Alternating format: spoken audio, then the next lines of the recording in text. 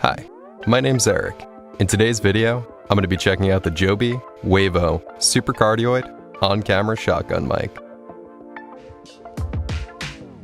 The features of this mic include a Super-Cardioid polar pattern, superior sound quality, compact size, a Rycote shock mount integrated onto the mic, and no battery requirements.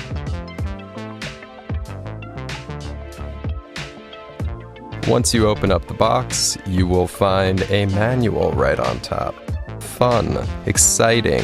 I never look inside of the manuals. It's fine, you don't need to. The microphone itself, all plastic build construction. Super surprised with how lightweight it is. The two necessary cables if you want to connect to either a camera or a smartphone. And a foam windscreen, which, from what I can tell, is designed to just protect the microphone, but it does a fairly decent job of protecting against plosives. I would upgrade to the furry windscreen that they make for this microphone if I was going to use this on a regular basis. My preferred microphone is the Joby Wavo Mobile. Look at that weight difference. Oh, what are we coming in at? 26.3 grams on the Joby Wavo. And now, what do we have on the Joby Wavo Mobile? Oh my goodness, 57.9 grams.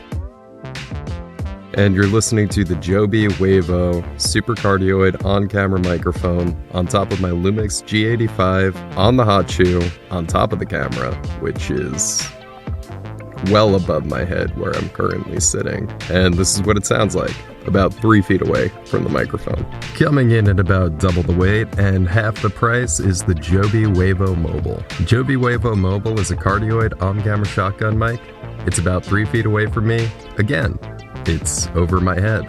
But because this one has a cardioid polar pattern, it should help a little bit in terms of making my voice sound a little bit more full comparatively to the Super-Cardioid one that was literally pointing above my head and capturing whatever is above my head.